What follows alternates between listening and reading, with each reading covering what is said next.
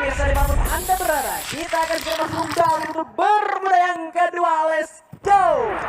Oke, ini dia Bigan Bermuda yang kedua. Berang-berang makan coklat. Berangkat pesawatnya dari arah hangar menuju ke arah mil. Dan kalau misalkan kita lihat di sini, EVOS Divine bakalan mengamankan kawasan seperti biasa ada di observatory dan di sekitaran Blue Zone Graveyard ini bakalan jadi milik EVOS. Cuman kalau gue inget di match Bermuda sebelumnya, Iko itu ada di Bull's Eye dan juga di sekitaran Sigar juga. Ini kemungkinan potensi mereka untuk ketemu di early game itu bakalan gede banget, Bigan. Iya, tapi di game pertama karena memang lokasi dari kedua tim ini beda. Sementara Eko-nya lebih condong ke arah kanan, ke arah mil, dan EVOS-nya lebih lama bertahan di arah sana. Jadi mereka nggak ketemu nih. Malah si Eko-nya sendiri lebih condong ketemu sama tim SES Alpha Inc. Tadi Eko Esports ST12 juga di area Riverside. Oke, itu yang bakalan jadi menarik ya. Apakah Riverside nanti bakalan jadi saksi kembali untuk pertarungan antara kedua tim tersebut? Tapi kalau misalkan kita agak flashback lagi di match sebelumnya, di Bermuda match pertama juga, intensitas fight-nya masih sangat masif. Tapi sekarang ada perang, Bian. West Bandits ternyata kali ini Lexus Boy harus sudah membuka chrononya, dan sayangnya LGL tidak mampu diselamatkan. Ini jadi satu catatan lagi untuk tim West Bandits karena memang ternyata drop zone-nya sendiri banyak terganggu. Sementara ada Prime seperti biasanya mereka akan masuk ke area Sentosa, dan sayangnya ini ya West Bandits yang nggak bisa masuk ke area Sentosa sana, malah terkat kali di posisinya oleh tim First Rider yang sudah mulai melepaskan kembali tembakan mendarat ke area sana. Granatnya yang masih belum sampai tidak mampu memberikan damage, dan Darko berhasil mendapatkan Lexus Boy, dua orang tersisa dari West Bandits. Yes, menurut gue di sini West Bandit Lexus Boy udah bener-bener kejepit banget posisinya. Dia pengen kabur udah nggak bisa, apalagi dari posisi First Rider itu sendiri kayak bener-bener ngunci pergerakan dari Lexus Boy. Tapi di sini yang menjadi satu keuntungan untuk West Bandit adalah dengan terkuncinya Lexus Boy, otomatis kan pertahanan ataupun penyerangan dari First Rider ke fokus ke satu player yaitu Lexus Boy, sehingga dua orang lainnya dari West Bandit ini mereka masih bisa untuk kabur dulu sejauh mungkin, Bigan. Iya, jadi bait lah ya, bait istilahnya, jadi bait. Tapi yang dilakukan oleh First Rider untuk komit ngefight ke arah dua player dari West Bandit ini justru malah nguntungin buat The Prime menurut gua, karena yang ngebuat sekarang The Prime-nya mendapatkan lootingan benar-benar begitu aman di area Sentosa. Tidak ada gangguan dari siapapun, bahkan tidak membagi lootingan dengan siapapun. Oke. Soalnya tadi emang di match sebelumnya, di match 1 ya, di Bermuda juga, itu di Sentosa memang ada dua tim ya, ada The Prime, ada juga West Bandit yang pengen ke situ juga ya kan. Tapi sekarang ya kembali lagi, Sentosa kayak udah menjadi milik The Prime seutuhnya. Padahal kalau gue lihat tadi pesawatnya ya, ini nggak jauh-jauh juga dari arah Sentosa sebetulnya, tapi dari The Prime dan juga West Bandits lebih memutuskan untuk turun awal dan menggunakan zipline di Sentosa. Oke. Mungkin kayak sedikit ada keraguan ya, kira-kira lebih baik langsung terjun dari pesawat ke Sentosa atau mungkin mau lewat zipline untuk lebih amannya. Tapi mungkin karena The Prime-nya udah ngeduluin, makanya di sini West Bandit yang ngalah. Tapi karena West Bandit ngalah, dia malah sedikit agak terkocar-kacir dengan hadirnya First Rider tadi, Bigan. Nah, itu dia. First Rider juga sebetulnya kalau boleh gue bilang, mereka tidak dalam drop zone terkuatnya. Karena kalau kita tahu sendiri untuk First Rider ini, mereka adalah tim yang bisa menguasai dua area sekaligus. Ada area Bima Sakti dan juga Katulistiwa yang sebetulnya selama fase regular season kemarin First Rider selalu bisa menguasai, bahkan EVOS lewat ke sana aja tumbang. Oke, jangankan Bima Sakti dan juga Katulistiwa yang sempat lo bilang, di pick itu sering banget First Rider ngedrop di situ juga. Atau mungkin kalau misalkan mereka nggak ngedrop di pick, ya mereka bakalan rotasi ke arah situ juga. Misalkan habis dari Bima, mereka langsung belok ke pick. Jadi dominasi dari First Rider menurut gue emang lebih condong di area map tengah. Mereka lebih seneng nungguin daripada ditungguin. Lebih seneng nungguin daripada ditungguin ya, karena ya nungguin memang lebih enak gitu loh, daripada kita dia lebih seneng nungguin Aha. daripada ditungguin. Jadi dia nggak perlu kemana-mana banget, nggak perlu nyari-nyari, nggak perlu ngejar karena memang nungguin lebih enak gitu. Iya. Kalau misalkan mereka udah set komponnya, Aha. ada yang dateng ya udah tinggal welcome aja, say hi. Iya, tinggal gimana caranya mempersiapkan satu mekanisme defense yang cukup baik ya tentunya. Setuju. Kayak misalkan mereka ketika melakukan satu defense di satu spot yang emang udah tercover oleh sebuah zona, mereka tinggal ngumpulin beberapa gol aja bikin. Tapi kalau misalkan kita bahas soal Outsider, kita bakalan simak sejenak karena ternyata West Bandit yang tersisa 2 orang itu barusan melakukan tembakan ke arah tim DG. Cukup berani keputusan dari seorang Alpha yang sudah mulai melepaskan tembakan open firing ke arah tim dari DG Esports yang sebetulnya sedang melakukan rotasi juga. Kalau tadi di game pertama kita ingat DG Esports sendiri itu melakukan holding position di area mercusuar. Sekarang Aha. mereka sudah mulai agak sedikit lebih naik ke arah atas dan posisinya pun masih cukup aman sejauh ini di area garasi yang dikuasai oleh tim dari DG Esports seharusnya di arah sana ya. Betul. Masih cukup pasif lah ya.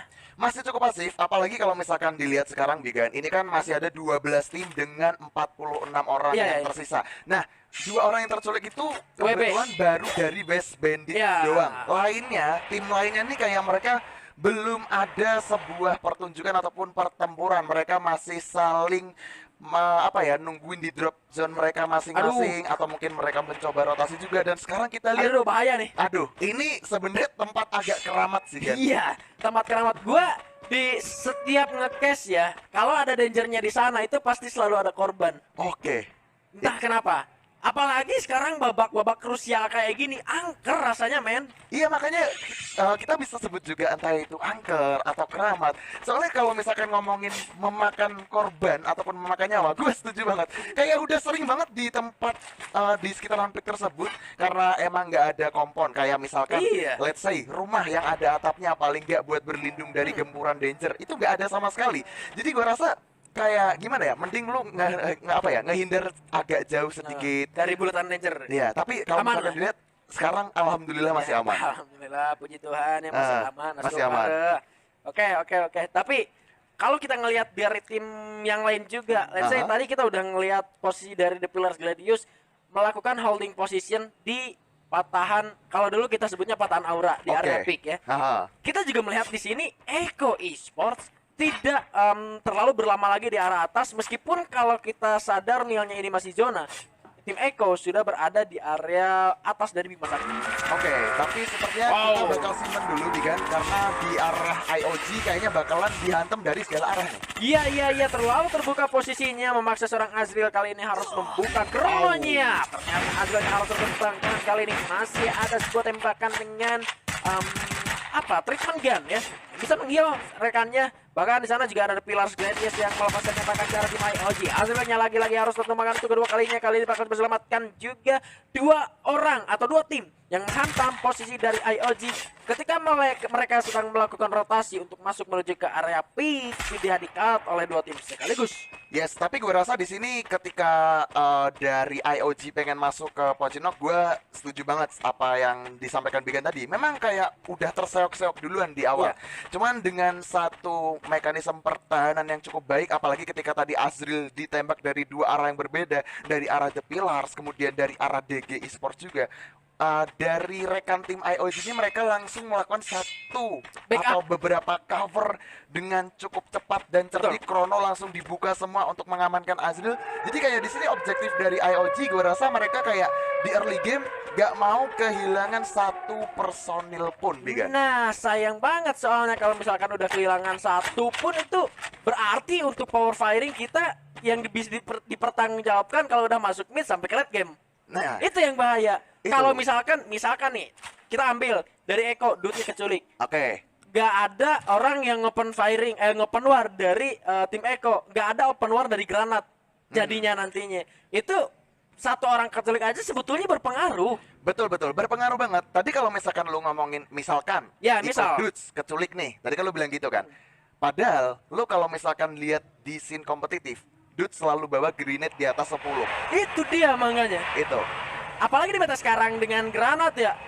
pertempuran lebih condong di area jarak dekat. Udah nggak lagi LDR-LDRan kadang-kadang. Kalau udah bisa dikomit jarak dekat, kita punya granat, kita punya vektor, kita punya krono. Kenapa enggak? Hayo, kita buy one, gaskan. Oke, ya gue setuju banget. Kalau misalkan ngomongin pertarungan jarak dekat, emang untuk saat ini lebih didominasi jarak dekat juga. Betul. Kayak ngomongin penggunaan jarak dekat kayak grenade, kemudian double vector, UMP mungkin. Dan lu sadar juga nggak, penggunaan shotgun itu kayak udah bener-bener jarang banget. Kalau dulu kan masih banyak banget tuh meta kayak entah itu double barrel, M1014. Tapi MG7 masih mendominasi Iya. juga. At least bisa kita bilang udah balance lah ya, seimbang. Seimbang untuk penggunaan dari setiap senjata yang ada di Free Fire ini. Kita move terlebih dahulu karena sini sudah ada MVP di round sebelumnya. EVOS Mr. 05 berhasil mendapatkan 3 kill dan membawa timnya mendapatkan buya. Iya, ini dia Predator di match ketiga. Tadi ada di Purgatory EVOS Mr. 05 yang sepertinya sekarang dia masih coba standby di area nomor mereka. Dan sekarang kalau misalkan kita lihat GPX kayaknya bakalan ketemu dengan tim The Pillars. Apalagi barusan ada UFV yang numpang lewat ke arah mereka. Dan sekarang harusnya sih perangnya nggak bakal lama lagi, bakalan pecah. Waduh. Ternyata kesulit juga, Bia. Waduh, ini ternyata permainan dari NXL Liga Game juga patut diwaspadai karena dari tadi NXL ini nggak kelihatan. Mereka melakukan rotasi dari area Rim 6 Village melewati Clock Tower dan posisinya pun tidak terlihat, tiba-tiba udah ada ngedrop di satu tower yang sama berempat sekaligus yang membuat kali ini posisi dari Island of Dawn benar-benar dipincangkan dan Ketemu kan? Enggak. I don't know, enggak. Karena IOG sendiri udah kabur. Oke. Gua kira dari info sadar ada pergerakan dari IOG yang berusaha masuk zona dan sekarang EVOS Kenzo dan juga Samper King juga ternyata mereka nggak notice kalau di belakang mobil mereka itu ada IOG, 2 orang numpang lewat. Punten gitu kan. Punten, tapi ini gue menarik. Meta Misha yang digunakan oleh tim EVOS. Sekalipun kayak mereka misalkan gak ada mobil, motor pun jadi. Iya. Apalagi udah ada vektor yang dipakai sama Mr. 05. Ya kan, keras, naik motor, turun pakai vektor. Itu emang GG gaming sekali. Menjadi meta yang sekarang, tapi di sini Tamai Putra berhasil mendapatkan 2 knock dan sebuah granatnya menuju ke arah tim dari sari GPX yang bakal dilululantakan. Sebuah granat kembali didapatkan dan jebret. Oke, 118 damage menuju ke arah lawannya. Disiapkan kembali dimasakkan lagi bersama dengan Alvaro yang sudah mulai dilepaskan. 2 orang tumbang kali ini dari Sari GPX, bahkan sudah ada yang terending. Mai Putranya sudah mulai masuk juga bertahan dari lawannya bersama dengan 1 orang rekannya kali ini. Wingsnya sulit dibalik gol kali yang bakal dihancurkan. Masih bisa diselamatkan, Putra hamnya malah dibayar begitu mahal. Devito-nya juga terkena crown. Kali ini masih 3 lawan 2 dan bakal coba terus dikerus habis-habisan. 2 orang terculik, tetapi kali ini Justin berhasil mendapatkan dirinya sendiri dengan sebuah granatnya. Malah harusnya tereliminasi kalau misalkan dikomit oleh tim dari The Pillars Gladius. Tapi pergerakan dari The Pillars Gladius sepertinya gua melihat sedikit keraguan-raguan di diri mereka. Ternyata di arah sana NXT Liga Game harus tumbang di posisi ke-12. Waduh. NXT Liga Game pulang di posisi ke-12 dan juga tadi West Bandit kalau nggak salah dia juga pulang di posisi ke-11. Kalau misalkan kita lihat pertarungan antara The Pillars dan juga GPX ya, itu posisi GPX bener-bener susah banget dan sekarang malah ketahuan sama EVOS Bigan. Ya, Street yang sudah mulai melepaskan tembakan ke arah lawannya. Apalagi Streetnya udah pakai Moko, kelihatan juga seharusnya posisi open dari Siren ya sudah mulai coba dipantau oleh Mr. 05 dengan sebuah gol juga dibuka. Sepertinya bakal dilemparkan juga granat seharusnya dari Mr. 05 kali ini. Coba dilemparkan, masak jebret. Wow. 1 granat, 1 spot rata. Waduh, jujur aja ini posisi yang bener-bener gak enak banget buat Siren. Di atas mereka ada tim The Pillars, di bawah mereka ada EVOS. Dan sekarang kalau misalkan kita lihat circle ketiga, bener-bener udah terjadi penumpukan. Dan sekarang itu bakalan perang lagi. Eko lagi-lagi Dux dengan caranya berhasil bahkan mendapatkan 2 knockdown. Bush Rider yang diuji pertahanannya menyisakan Sonya yang juga ternyata rata. Eko Esports dengan open war granatnya berhasil menurunkan satu squad, tapi kali ini ternyata masih berlanjut karena ada Sesal Baing yang juga bakal menguji pertahanan dari tim Eko Esports setelah mereka berhasil menumbangkan satu tim tanpa terculik satupun. Not dan terancam, granat lagi-lagi terus. Aduh, ternyata dia Surara Abak yang berhasil mengending seorang Zixia. Cukup bersabar kali pertahanan dari tim Eko Esports yang bakal diobrak-abrik tentunya oleh Ses Alpha Inc yang sudah mulai masuk. Di arah lain ternyata Jojo malah mendapatkan satu player dari tim Onyx Olympus. EV-nya bakal coba dihancurkan, tapi Olympusnya ternyata sudah tumbangkan di posisi ke-8 ternyata di sini Bung Arman. Yes, kalau misalkan kita lihat posisi dari Sus ini, mereka nggak mau ngeras duluan karena mereka sadar satu orang Jojo yang ada di posisi belakang. Mereka Jojo ini pengen nge-secure belakang dulu. Dari arah belakang ternyata masih ada Onyx Olympus. Nah, ini beda cerita. Ketika Onyx sudah diratakan, Jojo udah mulai mendekat. Ini kemungkinan terbesar Iko bakalan coba di kontes pertahanannya oleh Ses Alpha Inc. Dan sekarang kalau lihat, habis First Rider yang menjadi musuh dari Iko, sekarang terbitlah Ses Alpha Inc. Cuman mereka bakalan nunggu dulu zonanya sampai bener-bener menyusut. Dan sekarang dari The Prime bakalan ketemu dengan The Pillars. Yes, 2 TP kali ini, tapi Mr. 05 yang berhasil mendapatkan Mai Putra dengan sebuah granat yang tadi harus mendarat di hadapan seorang Mai Putra bakal jadi sulit untuk Pilar Gladius kali ini tentunya. Tapi Evo sudah mulai mengamuk, udah dapat 8 poin eliminasi yang bakal menjadi pertahanannya juga kali ini. Juga ada The Prime Esports yang bakal menguji tim dari EVOS Divine yang lebih untuk sedikit lebih narik mundur kembali karena memang mereka punya objektif yang lebih bijak dan lebih aman harusnya untuk masuk ke dalam zona selanjutnya. Sementara tim dari The Prime Esports agak sedikit tertahan. Di arah samping sebelah kiri ada Pilar, sebelah kanan juga sudah ada DG Esports yang sudah mulai tergigit zona. Bahkan Ikam pun udah kelihatan yang kali ini sudah mulai seperti open firing menuju ke arah Ikam.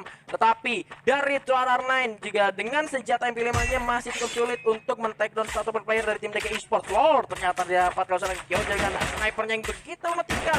Bahkan ternyata di sana langsung ter-ending coba dihancurkan keluar dari depan sana.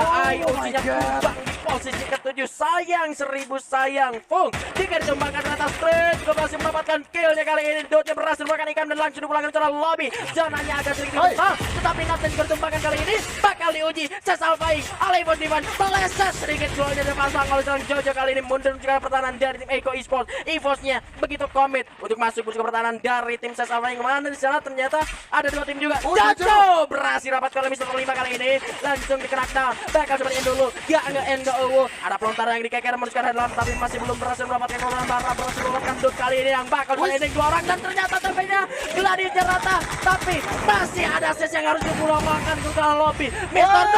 05 wow granatnya kembali meratakan satu squad dan EVOS kali ini mendapatkan 15 kill. Flashback FF5M season lalu zona seperti ini EVOS mendapatkan buya, tapi kita nggak tahu untuk di season sekarang apakah EVOS yang berhasil dengan mendominasi zona kali ini. Coba dipelontarin. Wow berhasil untuk memberikan damage yang sakit. Mr. 05 masih begitu agresif. Sudah Kenzo-nya ditumbangkan 3 orang kali ini dari tim EVOS Divine. Coba dihancurkan granat yang bakal diledakan. Amerta masih belum mau mengalah dengan menusinya. Semnya sudah begitu sekarang dan Amerta tersisa sendirian mendapatkan Yamsul. Semnya berhasil ditumbangkan solo squad. Ayo Amerta sendirian. Kali ini bakal melakukan ending terlebih dahulu. Sedikit bersama kembali. Oh my god, Abak yang berhasil mendapatkan EVOS Divine ternyata. Buya untuk DG Esports. Sekarang tiba saatnya kita benar-benar mengambil nasib bangsa.